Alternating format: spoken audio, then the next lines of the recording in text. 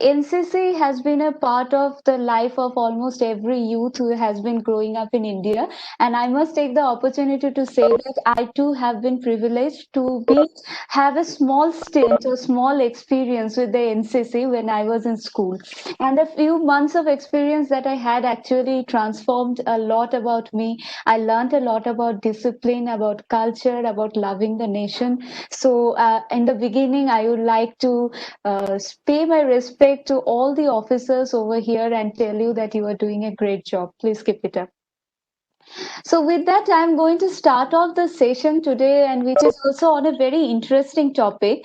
And the topic that we have for discussion today is actually about inculcating ethics, values, and gender sensitivity among the youth. So since the NCC works extensively with youth and how to train the youth about developing values in them and how to train them in order to teach them the right values of ethics and gender sensitivity.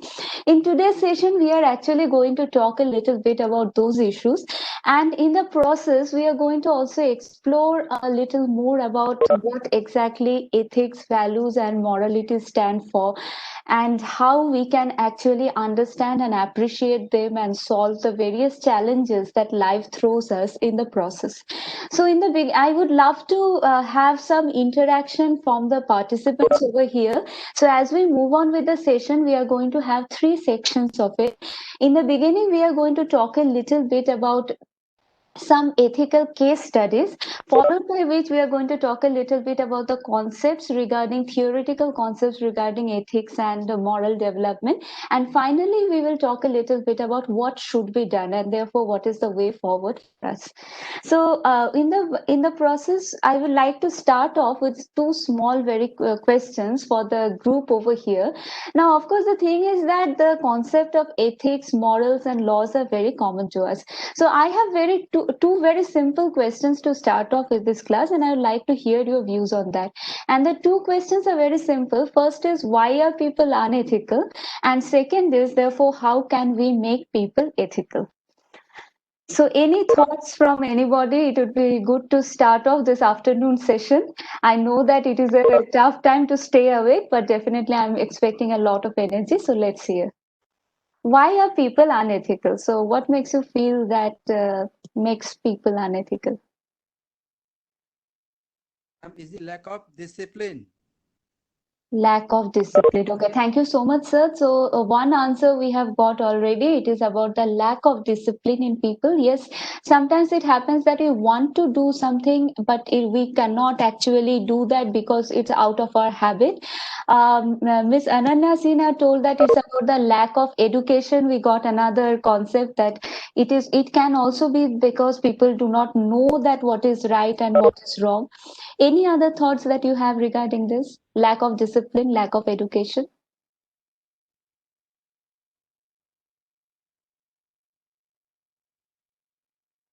Lack of Hello, ma'am. self-respect. Lack of self-respect. Sir, could you just explain that concept a little bit? Why do you feel that that affects? Dr. Samir said that it's lack of moral values, comparison with peers. Mr. Ripunja Datta tells us it's about comparison with peers. Lack of Dorothy, Miss Dorothy tells us it's about lack of spirituality. Yes, sometimes we actually lose in touch with our values, the core values which we live out of. And I get a very interesting response. It's about out of desperation. So people sometimes also become unethical out of desperation. Kanu Barmanji gives another response. Circumstances makes us unethical sometimes. Interesting responses. Personal interests. Personal interest. I want you to elaborate this answer a little bit, sir. Could you tell us a little more what do you mean by personal interest? In a situation wherein a person is getting benefited, they might be unethical for a moment. Okay. Okay. It could not be always, but when he is finding something beneficial to him, he might resort. So it is an opportunity wherein he can exploit that situation. Okay. Not always. Okay, so sometimes it's our personal benefits that actually makes us color our perceptions, and we end up doing something which is unethical. Okay, that's a Correct. very correct answer. That's absolutely correct. Lack of moral values. So I'm getting a lot of answers over here. So it ranges from lack of education, lack of knowledge, lack of moral values, lack of discipline. But at the same time, that is also it is also important to recognize that the situation can also be complex. Sometimes it is our personal benefits that outweighs our moral responsibilities towards a thing. Circumstances can be complex, it's lack of spirituality, it can be friends that who are guiding us to do something wrong. How can we make people ethical, therefore? What are the things that we can do to make people ethical? So if you please share your thoughts and please tell us your name when you share your thoughts so that we can also hear you. Education here, madam, education plays an important role here, and counseling Education. also. Okay, so Mr. Singh says that it's about education and counseling. Thank you, sir. Very rightly put. So that's one of the things that we are actually going to talk about in today's session, how education and counseling the youth can actually help. Yes, any other thoughts on this matter? Yeah, ma'am. Imbibing core values among the youth. Imbibing core values among the youth. Madhuriti, that's very important. So we have to somewhere plant the values in the youth, and we are going to actually ask you later on how we are going to plant the youth. Okay. Kedo Nagiji also says that by imparting values, reforming behavior, important thoughts. Yes. Any And any final thought? I Yes, would sir. feel like instead of lack of education, it's a lack of awareness rather. Lack of. May I know your name, sir? Ravideep ji? Hi, I'm Ravdeep Singh. Ravitesh Singh ji. So thank you so much. So it's about the lack of education, lack of awareness, which you feel that it's actually making people unethical. And at the same time, we are getting the answers from the group that we can actually change, make people, drive people towards ethics by making them giving them being role models for them, showing them what is the right kind of behavior, and also by teaching them the right values from their childhood, and which are actually the very right intentions towards which we can take our youth. That's brilliantly put, and that kind of summarizes the class that we are going to have today. So let me tell that right in the beginning, that ethics is a very interesting topic. See, so the most interesting thing about ethics is that all of us know what to do. All of us know that what is right and what is wrong, and therefore what should be done and what should not be done. But nevertheless, when we go outside, we actually end up seeing that more people are unethical than they are ethical. And that actually raises the question, why are things like this? That if everybody knows that what is the right thing to do, and everybody knows this is how people should be made ethical, then where exactly the challenge of ethics lies? So let me start off the class with two small interesting exercises, and I'm sure that I'm going to have a lot of participation from here. So before I start off, I will invite you all to do something. There is a website at the bottom of the screen which is www.menti.com. So I would request you all to go visit this website right now. So just open a browser on your computer or your mobile phone screen, wherever you are using it, and go to www.menti.com. So this is going to ask for a code code, and we are going to share the code with you in a while, because we are going to do something interesting on this website. So I hope everyone is with me. Please go to this site www.menti.com and stay with us as we take you on this journey of ethics. Is that okay? Great. So I am going to present before you a small situation right now. So this is a situation, and I want everybody's opinion on this. So this is a session on ethics. We all know what ethics are. We all know what to do. So I am expecting that this is a problem to which this August gathering will have very easy solution. And the problem is something like this. Okay. So on the screen, we are seeing a picture, right? I'm sure some of us over here are familiar with this problem. But for those of us, anybody here who is familiar with this problem, what is being shown over here? All right, so let's try this. I am going to describe the scene over here and I am going to ask you all one question. So, yes, a few of us actually know about this situation. So, for the rest of us, let me just. Going in the wrong path, ma'am? Yes, sir. So, let me just explain the situation once for everybody and then I am going to ask you the question. The situation is like this, that there is a train which is coming on a path, and at the juncture, so like as you can see in the cross section of these two paths, you are standing over here holding a lever which can actually divert the train on another path. Now there is a right path, this is the direct path which is the straight line, and there is an indirect abandoned path which is marked by the cross. It is an abandoned path. Now, just as the train is coming to this juncture, you suddenly see something very interesting. You see that 5 kids are playing on the path on which the train is coming. Now, the situation is like this. You can easily divert the train on the abandoned path and save the 5 kids over here. But the problem is that one child is playing on that abandoned path as well. Now, what to do? The choice is very simple. You have two choices. You can either put the train on the direct path and let it go as it goes, or you can pull this lever and put the train on the abandoned path.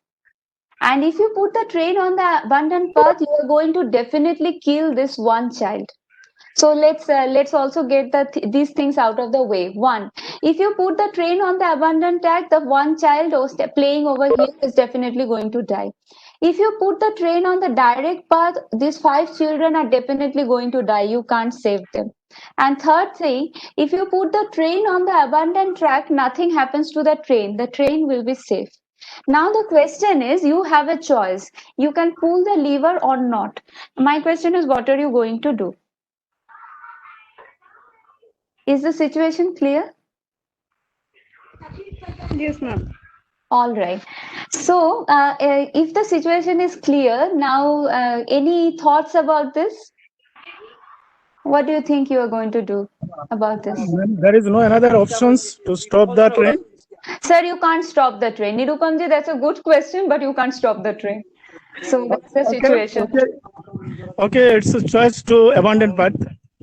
Abandoned path. Okay, so Nirupamji has chosen the abandoned path. Anybody else? Any other thoughts you want to share?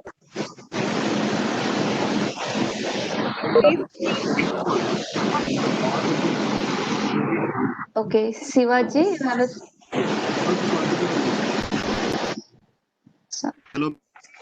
Okay, Bishwajit Das. Mr. Bishwajit Das has also said that he wants to go towards the abandoned path. Okay, nobody wants to go on the direct path. We can shout. No, sir, you can't shout to the children to move away. So the children, they are kids, right? So they won't hear you. Okay, so I think somebody has the mic on. You might want to switch it off. There's a lot of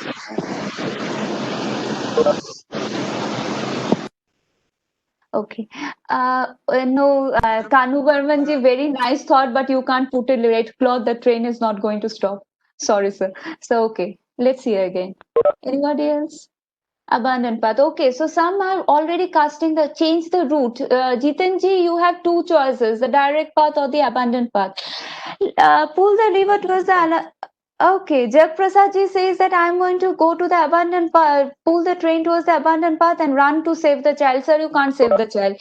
So anyway, if you pull it towards the abandoned path, the child is definitely going to die. So that's a condition of this experiment. Let's do something. So if you are already on www.menti.com, so I want you to do this. On Sanjay ji, for the first time, let me share that he is saying that let's go on the direct path. Okay, so I want you to do something. Let everybody cast their vote so that we know that what is everyone's opinion. So I want you to go to www.menti.com. The site is going to ask for a code, which is this 6238238, right? So please listen to me carefully. So there, if you go on this website, it is going to ask for a code. You go to 6238238 and you can actually cast your vote over there. So let me take you to that site now, and we will try to see that if you are able to cast your vote.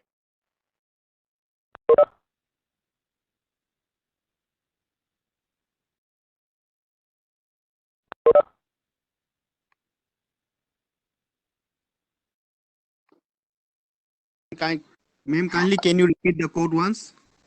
So I'm going to take you to another page right now. So on the screen, there is going to, okay, and already some of our friends are already here. So the code is 6238238. 62238. Please go and cast your vote, and we have already got 14 votes over here. And okay, and 12 of us are ready to pull the lever. Now it's 16 and 4 and is continuously increasing. So the group definitely has made up their mind. Yes, pull the lever, save the 5 children.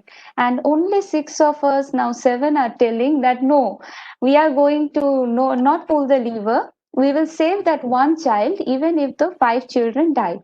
Okay, 29 votes are in and there is a clear majority right now. So 23 and 8. This is getting exciting. So let's see. Let's just collect the votes and let's see if any more votes. 32 votes are in, if any more flows in. And I am going to now ask you the question. People who have cast the vote on the in favor of yes and in favor of no, I would like to hear from you. Why did you choose what you chose? So can I have just one or two thoughts in favor and against?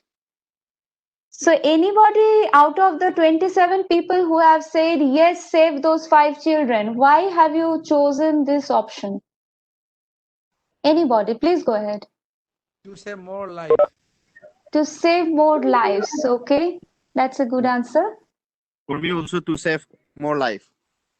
Okay, Sanjay ji, your choice is the same, and it's a good and it's a very, very powerful, convincing answer. We have to save more lives. It is better. Kanu Barman ji agrees. If we have to save 5 lives, I will better go ahead. It is Vishwajit Das ji says the same. It is better to save 5 lives than to save 1.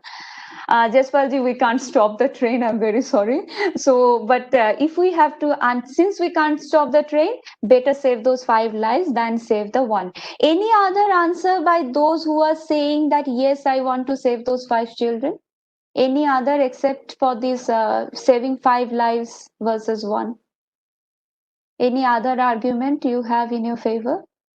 Abdul Jabbar ji says it's better. Yes. Yes, ma'am. Yes, ma'am. They should save only one life because the signal is given on the one life side. Yes, and I believe I heard Mr. Anthony right now. So you are also saying the same things that saving 5 lives is better. I agree, definitely. So that's a very convincing choice. But there's something very interesting. 10 Yes, of ma'am. us. Yes, please go ahead. Yes, ma'am. Ma'am, that one child is going in the abandoned part. Okay. That 5 children is in the means in the right path. Means Okay. that 5 children was that one children who is going in the abandoned part. He is somewhat not in the right track. Means he is somewhat not following the track. Okay. Okay. But I He is would going say, in the wrong sir, direction. That 5 children is somewhat cautious. Means all right. if we compare 5:1, that 5 children was, although they were playing on the track of the train, it is not good. It is not a good sign to play on the track of the train. But as we compare the 5:1 ratio, that one child, that 5 children is more means more cautious than compared to the one children that who is going in the wrong path, abandoned path. Okay, but right now, one participant told us that actually she pointed out that don't you think, sir, that actually the 5 children are actually in the wrong path? They are playing on a live train track. They shouldn't have been here. And the child on the abandoned path is actually on the place where you can play because it's abandoned. It's clearly written. No train comes over here. So technically, he is actually in the right place. And when you are running your train on him, he, poor thing, he doesn't even know. He is of no fault. He was playing in the right place. So Okay, let's okay. hear from these 11 people. What's your argument? Okay. But Please go ma'am, ahead. Hanji, sir. Please go ahead. What's your argument? Why did you yes, vote against? not I against, I in favor of 5 childs. But Okay. just I want to say that if in train go on abandoned parts, it takes times. So that's the man standing here who pulled the lever, and the my previous speakers already told about they are the cautious ones, Okay. children. They, Okay. they may be shout or they may save the childs. That's the another options. So you that's a good argument and that's a good plan, but you can't save anybody. So if the train goes, that's the argument and logic of the story, you know, in how it goes in stories. So if the train goes on a path, everybody dies on that path, right? So you can't save anybody. So anybody on who voted against, I want to hear from those 11 people. What happened? Why did you choose the abandoned path, going against the majority? So you are ready to kill the 5 children, right? Why?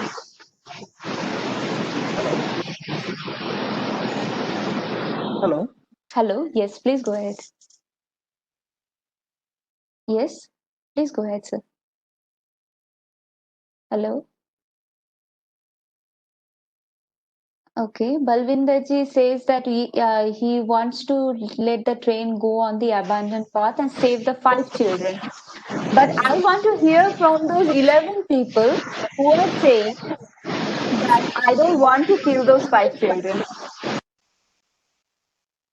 I am ready to get the train to kill these 5 children, but I will not put the train on the abandoned path. So there must be some logic behind what they are saying. So can we hear that logic? See, No, ma'am, actually the yes. train is in the right direction where 5 children are playing because there is the route of the train. On the other hand, where there is 1 children, there is that route is not supposed to be going through by the train. Okay. So the train is supposed to go where 5 children are playing. Okay. So you have voted in favor of the direct path, I believe, Mr. Anthony. Yes, ma'am. Sir, okay. So in that case, you were saying that you would like to, because the train should not go on the abandoned path. So if we send the train on the abandoned path, then we are actually breaking some rules. The train should not be changing its route. It has got a principle by which trains are run, and it should not be changing its rules in order to accommodate people who are breaking the law. Right? So that's a very convincing argument. For example, you see that these 5 kids are actually breaking the rule. And this one child over here is innocent. He is not breaking any rule. So if we have to choose between the two, should we be punishing the person who is who are breaking the rules, or should we be punishing the only person who is not breaking the rule? Any other person who wants to just explain his choice? Yeah, Yes, ma'am. I Yes, want to ma'am. explain. Actually, the situation was for children. Children Yes. are small. They don't know. If they would Okay. have known that this is the track and here Okay. we should not take, then they should not have gone towards this path. Okay. And the child which is who is playing on the appendix path where train doesn't go, he is looking. He definitely he is an innocent child, but others are also innocent because they are children. So All right. if it is given for children, then we need to understand the psychology of the child, that they Yes, are ma'am. they do not know. Otherwise, if it is being an adult, then definitely the adult must be knowing about the rules and regulations, what is right, what is wrong. Okay, ma'am. Thank you so much, Madhuriji, for introducing this point. Madhuriji has just given us another very interesting thought. She is saying that since they are children, they should not be dealt with so strictly as should have been the case of adults. So, if there were 5 adults on this path, you should have run the train on the right path because they are breaking the law, but they are children. So, does morality or ethical values change when the people concerned change? So if there are children concerned or say people of different gender, people of different classes, does ethical values change? Should we So, change our... Yes, please go ahead, ma'am. Neetu Smitaji, okay. please go ahead, ma'am. No, if okay, as per my earlier participants, if we kill the innocent child who hasn't broken any rule, after the consequence, how we will bear that act? That's true. And after that, obviously, we all will suffer kind of True. psychological issues.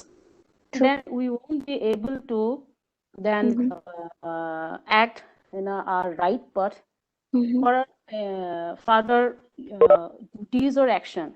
So one wrong decision may not only influence the children, also it will influence the elders, adults also. And so why should we take the chance to influence wrongly our psychological status or mindset, which will impact again our course of action if we go to treat our children or as being a teacher, being an instructor, maybe we won't be able to teach them in a right way because we already have committed one unethical, or we can say knowingly have done a mistake. So that way, and it is a representative. Your picture is a kind of representative point. It is caring about not the ending of life. It is about the temporary ending of someone's thoughts, someone's actions, someone's look towards the situation and all. So it is a in real life. Yes, in real life there will be in such a situation will have option to stop the train, but since it is a representative kind of picture, so in real life it is telling about the wrong deeds or wrong choice by these two kids. So after killing of those 5 kids, we will get again chance to recover them from their situation. That's all. Very nicely argued. Neetu Smitaji, very nicely argued, ma'am. So what you are bringing in is actually a very interesting point that he is innocent. So probably he should not be punished. And secondly, it will probably be a precedence for other people. So if people know that if we do wrong thing in a group, then probably rules change for us. And that's also a wrong message to send across. And thirdly, if I kill an innocent, how do I live with the guilt? And all three are very convincing arguments by which you were saying, ma'am, that no, I cannot divert the path of the train, no matter how many people are playing on the direct path, how many people are playing on the indirect path. There is no choice starting from the beginning. Very nicely argued. Because I'd like to add one more. Yes, please go ahead. Yeah. Okay. Please go ahead. Please go ahead. One last point. Please go ahead, sir. Yeah, I had one point regarding this, what ma'am has just told. If the situation, the situation which you have painted is, you just slightly modify it. When we say, if the train goes on an abandoned path, it comes to a halt. Yes. If we say the train does not come to an halt, and there are passengers traveling in the train, and it is likely to meet an accident, again the situation is totally different, and the answers will become totally different. Absolutely. So now here it is again depending upon the situation, what decision we are going to take. Very true, sir. So the matter of ethics is very, very critical. It is both ways. It is an ethical thing or unethical. It is up to your way of thinking and perception about it. Very true, sir. Thank you so much. Singh ji, if we can hear you. Sir, you had something to say? Ivo Pishak Singh? Yes, please go ahead, sir. Ma'am, like from my perception, like there is an active part and one is an inactive part. The active, the 5 kids who are playing on the track, those are active, and the other one is an inactive person. Okay. When these 5 kids are active and when the train runs the direct path, the train mostly honks. So I think these active people will go away from the track when they listen to the honking sound of the train. Yes, So sir. I think the train should run away. I'm sorry, sir, but they can't run away. If you put, that's the condition of the story. That see, it's an imaginary story, but that's the condition that if the train goes on a path, all the people on the path dies. So I am on purpose making the situation difficult for you, and there is a reason for that. So only when we are dealing with truly difficult situation, we actually appreciate why it is difficult sometimes for people to be ethical. So many a times when we think about ethics on the surface, we believe that it is a very black and white thing. There is right and there is wrong, and people should do the right and not do the wrong. But when we encounter situations like this, suddenly what happens? We end up realizing that the right and wrong is extremely relative. And we see, as we are talking about this in this gathering, as a group, we are also not quite agreeing on the same point. So there are 30 people, 30 among us who are saying that the train should leave the direct path. 11 people are saying no, the train should be on the direct path. If you this, I am not going to resolve this problem for you, but I am going to do something else now. If you like this exercise, did you like this exercise? Was it interesting? Yes, ma'am. Very All interesting. right, sir. So then what I'm going to do, I'm going to have another problem for you. So please take a look at this, and this is a little more complex. And I'm sure I'm presenting here to a very mature audience. So pardon if it hurts any sensitivities, but please pay attention to the problem, see, and please tell me what you are going to do. What is the solution for this? I'm sure in this August gathering, I will find a solution. All right, so the story goes like this. On the screen, Ramavati is a village lady. She is married with a loving spouse and 2 children. Once every week, she goes to the next village to sell her pottery, taking a boat ride across the river. So Ramavati, she is a village lady. She has children and a loving husband. Every week once, she goes to the next village to sell her pottery, and she has to cross a river by a boat. Nobody knows that Ramavati goes to the next village to meet her lover.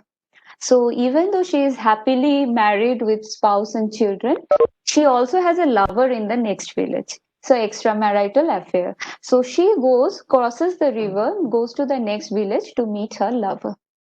Now our story starts. One evening, she got very late at her lover's place. I hope you are all with me. So, what happened? It was raining. It was a stormy night. So, when Ramavati reached the river, she saw that everybody else was gone. There was nobody else. The boatman took the opportunity and he said something very strange. He said that I am going to take you across the river only if you agree to sleep with me. So he said that the boatman took the opportunity and say that, see, you are alone tonight. You have to go back home. You sleep with me. I am going to take you across. There is no other way. The boatman is not going to listen. Interesting. Now, does Ramavati, so now what happens? Of course, when someone hears things like this, so she looks for other options. So does she have other options? There is another way. There is a path through a forest, but there is a violent rapist in the forest.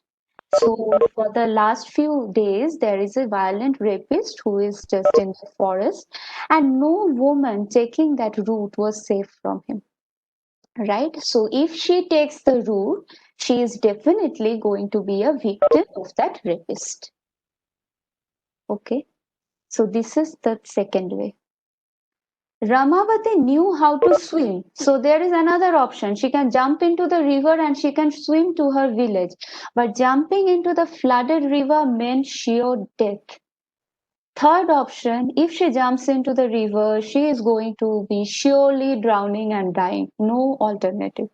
So one option, sleep with the boatman, go home, nobody knows anything. Second option, go through the forest, but you meet the rapist and you become a victim of that rapist. Third option, you jump into the river, try to swim, but you are going to die. Fourth option. Now there is one more option. Ramavati can stay back for that night in that village and cross tomorrow. But if she stays back for the night, her secret will be out. Her family and children would lose their reputation, and she actually loves her family and children despite having an extramarital affair. So they are going to lose their reputation. They would disown her, and her lover would disown her too. So basically, what there is a Hindi saying actually, "Kahin ka nahi rahenge." So her family is going to discard her. Her lover is going to discard her. She will lose all her reputation. Nobody will respect her, and she might die of starvation, because it's like a village life, a close knit society. They won't permit anything like that. The question that I have before you all is, what should Ramavati do? What should Ramavati do? That is my question. So there are 4 options. So what I'll do is that before I take any more thoughts from you, I am going to go back to my slides. And on that slide, now you have a second poll. And on your screens, www.menti.com, on the same code, you have a second quiz, and the second quiz gives you 4 options. First is, what should Ramavati do? First, she can sleep with the boatman and cross the river safely. I already have one boat. Great. Second is, go through the forest and be a victim of the violent rapist. But no, I won't sleep with the boatman. Third is, stay back the night and be ostracized by the society. So lose all reputation, stay back. Fourth is, try to swim across the river and die by drowning. So that is, I prefer death to dishonor, right? So Ramavati should die rather than soil the reputation of herself and her family, or sleep with the boatman, or go through the forest. And please cast your vote. This one is more difficult than the last one. So let's see. I have got 4 votes on the first one, 3 on the fourth. Okay. This time we are divided on our thoughts. 4 and 4. Interesting. Can she opt? No, sir. The Sriharshaji, I'm sorry, there is no other option, sir. She can ask her lover. No, the lover, so ma'am, the lover is also very selfish, so he is not going to come with her or anything. Next morning, she is going to disown. He is going to disown her also. Okay.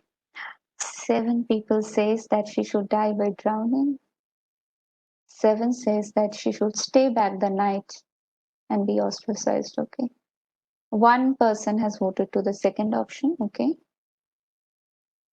5 says that is it difficult? Yeah. 21 votes. I'm expecting. Lover disowned and losing her entire family. Okay. Fair enough, ma'am. But the thing is that if she stays back the whole night, her family is also going to disown her. Basically, all her naughty deeds comes out in the open. So, so it is going to be bad. Her family will disown her. Her lover will also disown her. So still 10 people are saying that she should stay back for that night, even if she is ostracized. Sleep with the boatman. Okay. 1 response, yes. I would love to know your reasons, sir. Let her go by the boat. Jag Prasad Upadhyay ji. Okay. At least 6 people are saying, we would love to know your reasons. 29 votes are in. Most people, 14 of us are preferring to stay back the night. But yes, 7 of us are saying better to compromise with the boatman, sleep with the boatman, cross the river safely. Nobody knows anything. And your life goes on as usual. You have to just sleep with the boatman. It's over. 9 people says that no, swim into the river and better die. Okay. Bhavita ji says that yes, stay back on the night, but don't compromise. And 1 person says that go through the forest. Great. I have got 33 responses. Can someone from the first okay, can someone from the third group, since you are in the majority, explain your answer? Why did you choose what you chose? Please go ahead. So what is your answer? So if I ask the third group who are choosing to stay back the night, what are your choices? Why did you choose what you have selected? Yes, ma'am.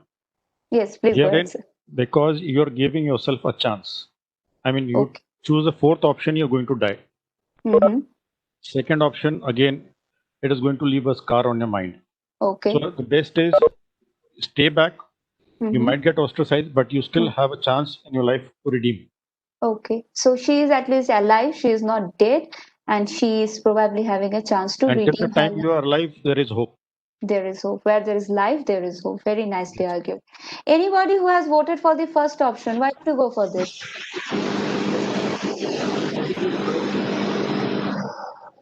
Yes, please go ahead. Because her own husband, she has. So the audio is a problem. I'm sorry. Home safely. Please go ahead once again. I'm sorry I missed you entirely. Yes.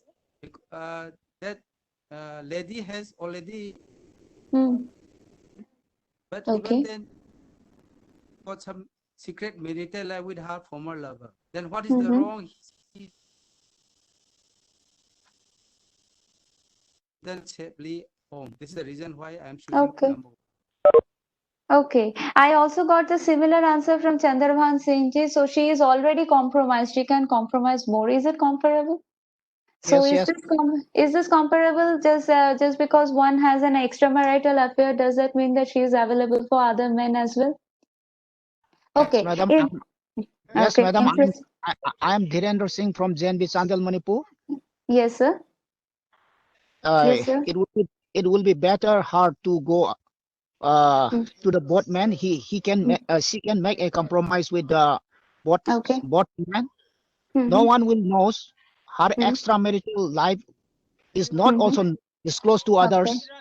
Okay. She can have another extramarital life, and she can live like as she was living, and she can save her life as well as she can create Understood, a sir. good relationship with. She is already of loose morals, so why do we bother? Why do we think so much? Fair enough. What about these 9 people who are saying that she should die rather than make any other choice? Please go ahead. Quickly, Just sir.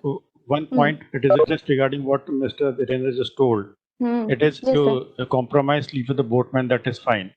You Yes, go sir. back home. But the point is, she has to go and sell the pottery on a daily basis. What happens if in the future, again, the same thing happens? The boatman is there. He'll try to take advantage every time. Very practical point, sir. Very practically pointed out that this is a long-term problem she is entering into, so probably not the right answer. Yeah. Very correctly pointed out. So we are also thinking in a logical way when we are thinking about ethics and morality. Anybody who says that she should die by drowning, why did you say that? Excuse me, madam. Yes, sir. May I supplement one more point? Okay, please go ahead. Yes. Because what is the problems getting more than one extramarital life? Yes, sir, we got your point. Yes, we understood, sir. She is already of loose morals, so you feel that it is actually fine.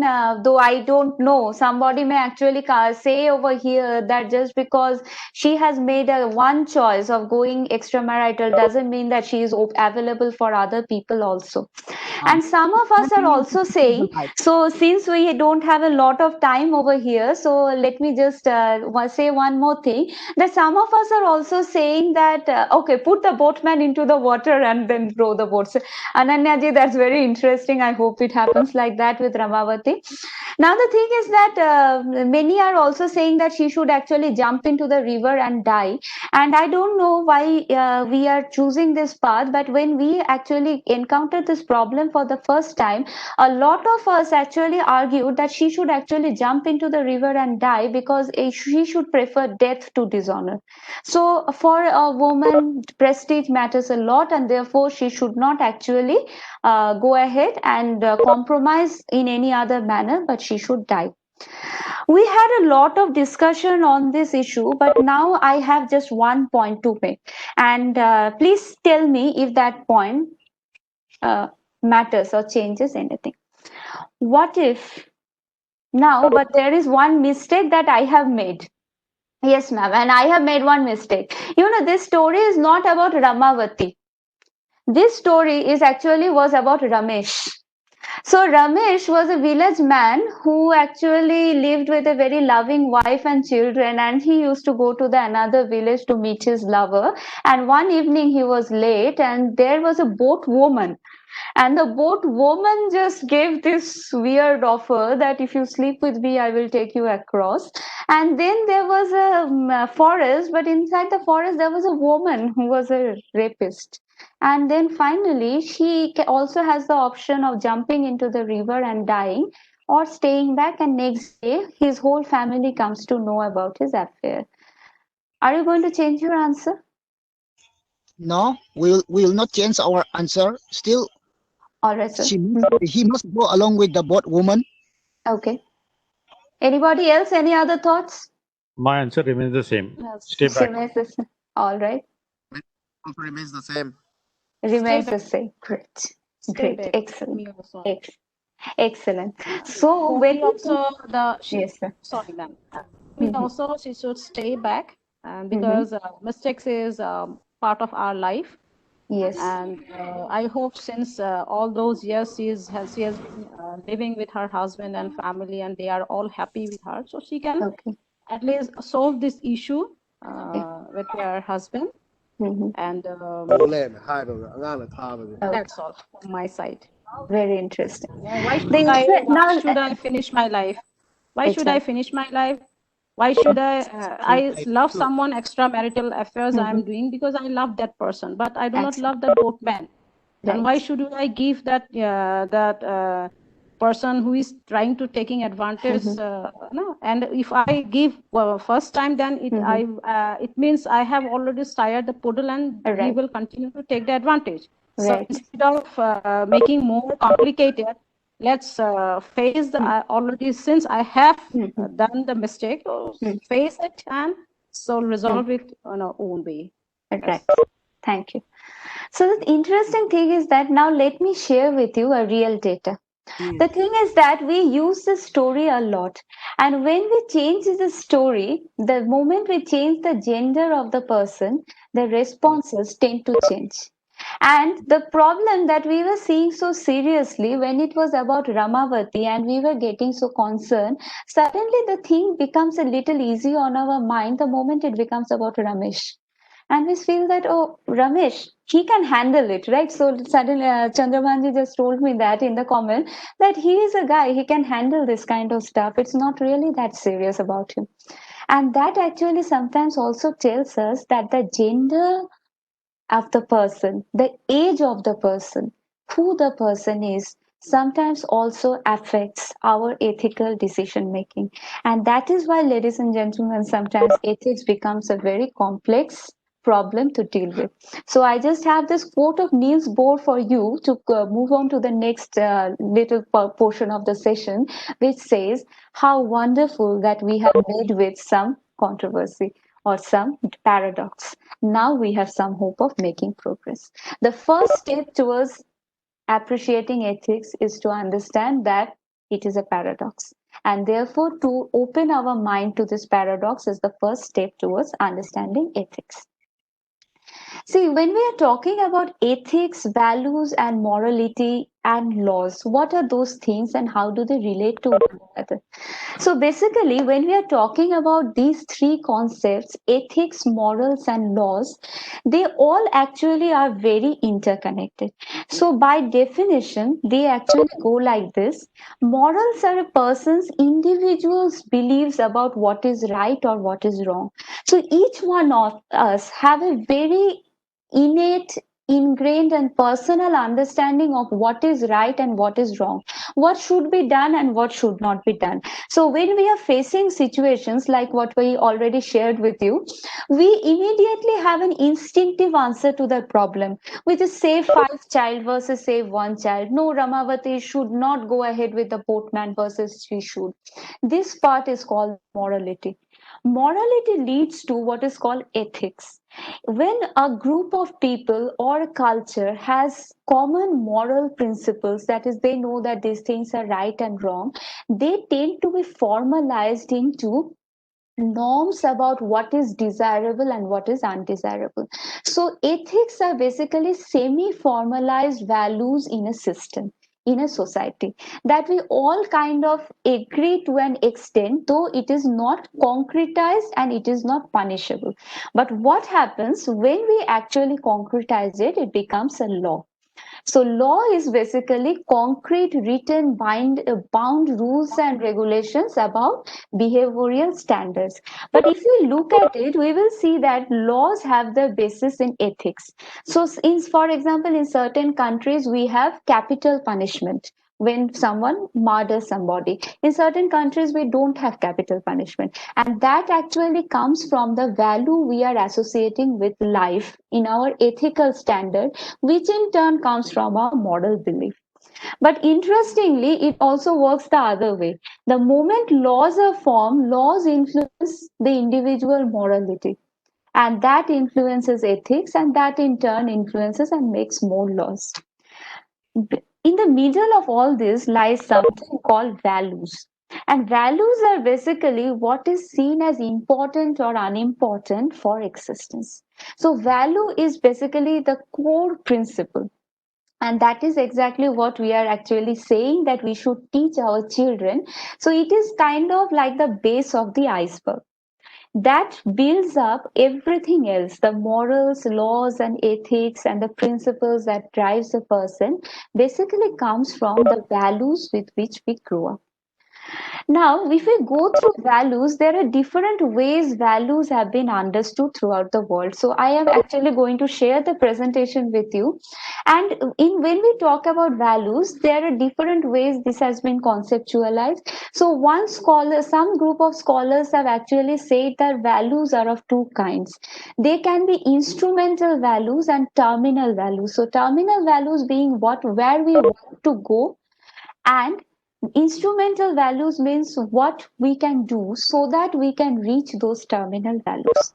At the other end, there was another conceptualization which was given by a famous psychologist called Maslow, who basically said what we value depend on what we need at a certain stage in life. So for some of us, for example, if Ramavati is a poor woman and she is offered money, and at that time she needs food more than anything else, so probably she is going to compromise on a lot of things in order to survive at the physiological level. But once she has food and shelter, then she is not ready to compromise for this. Then she is probably going to aspire for or value something more important.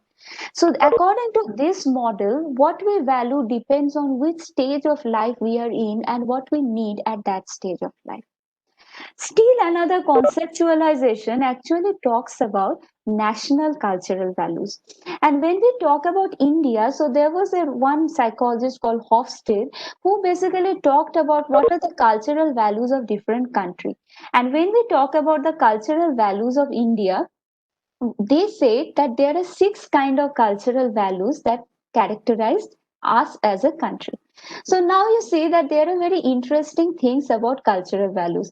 First is these are actually very common. I think most of you are going to agree with me that the cultural values of India are actually about authority, discipline, tolerance of plurality, seeing value in restraint, avoiding indulgence, and there is also moderate level of gender role segregation.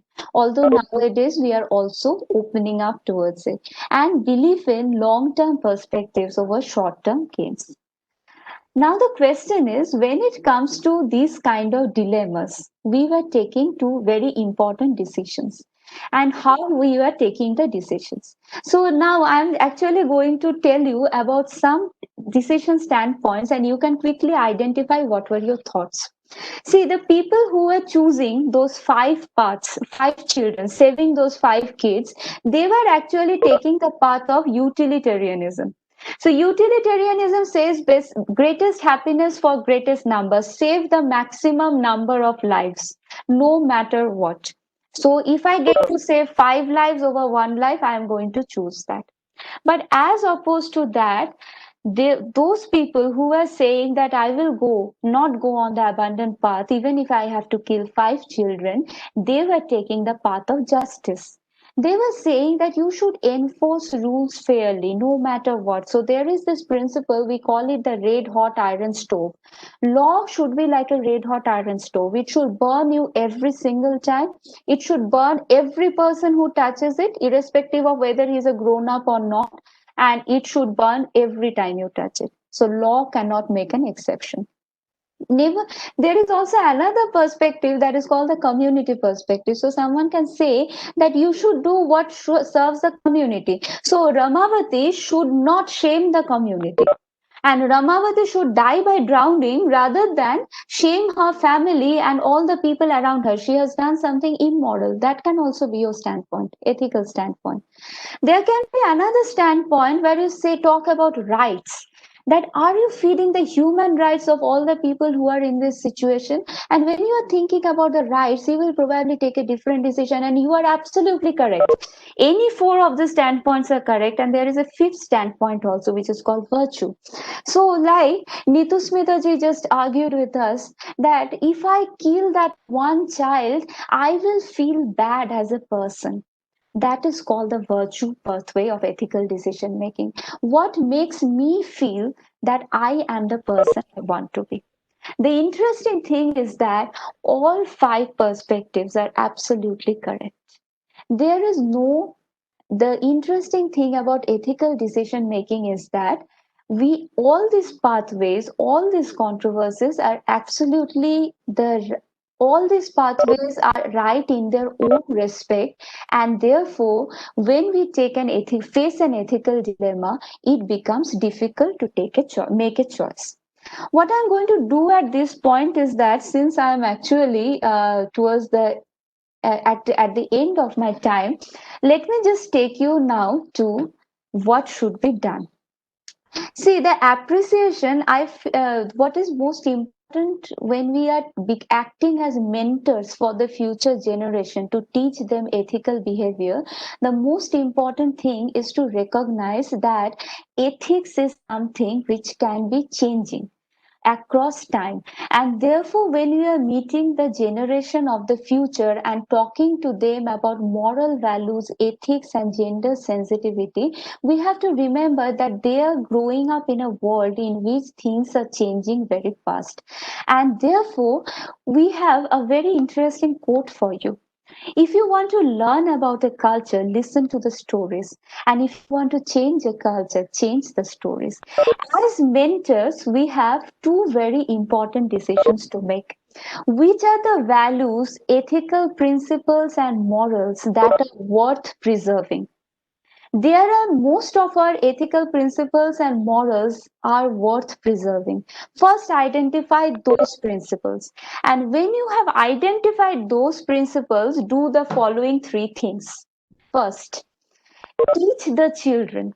Whenever we are going to meet the children of the future, our youth, first thing we have to do them is that we have to tell them about the values and ethical codes, tell them the stories of the right kind of heroes.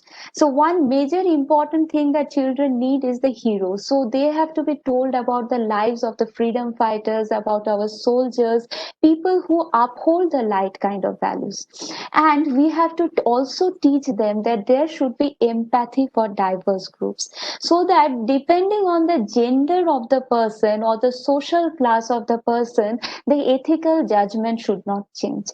Just because a person is a woman, our decision about the ethical rights and wrongs should not be different, and we should not have different standards for people.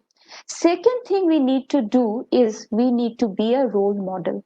So through our behavior, we have to actually show to the kids what is the right thing to do.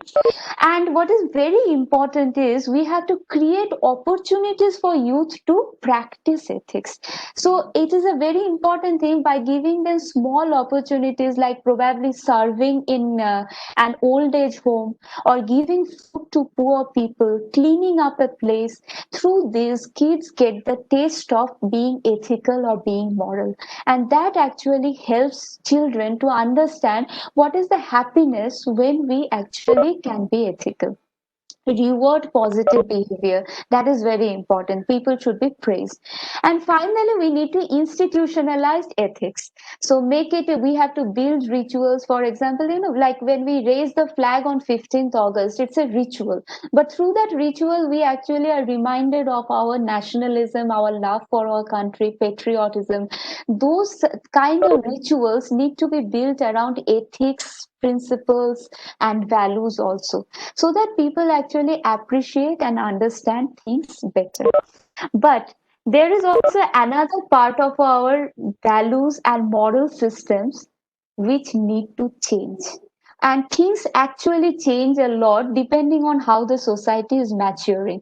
And for there is one more thing we need to teach our youth, and that is to review, which means we need to encourage in our youth the critical understanding of values, ethics, and morality.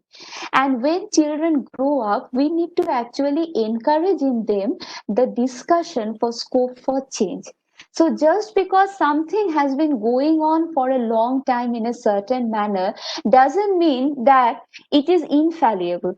Unless we review it and find out what needs to be changed, how it can be made more age appropriate, only then things are going to survive and we can be ethical in the long run as well. Right? So these are the 4 principles that we need to, these are for our mentors in order to carry on with raising an ethical generation. I think I'm at the end of my time. If I want to share a story, do I have time for that, or should we close here? Do I? Yes, ma'am. Please share the story, ma'am. So I have a story, and with this story, I'm going to close the session. So this story is actually, and it is a very important story for all mentors who are going to be mentors here for the youth of the nation. So I am leaving the story of a very, very prized mentor who is Lord Buddha. So Lord Buddha is one of the richest resource person ever who can be, and he is treated across the world as one of the most knowledgeable persons ever. So one day the story goes like this. His shishya Anand went and asked him that, Master, is there only one version of the truth? Is truth is one, right? And Buddha said, it depends. So Anand says, it depends, but truth is one. He said, you will watch me and see what happens. So now what happened? Soon after, one person came to Buddha, and this man came and he bowed down to Lord Buddha, and he asked the question, is there God? Does God exist? And Lord Buddha said, yes. So this man was a little intrigued. He thought and he went away.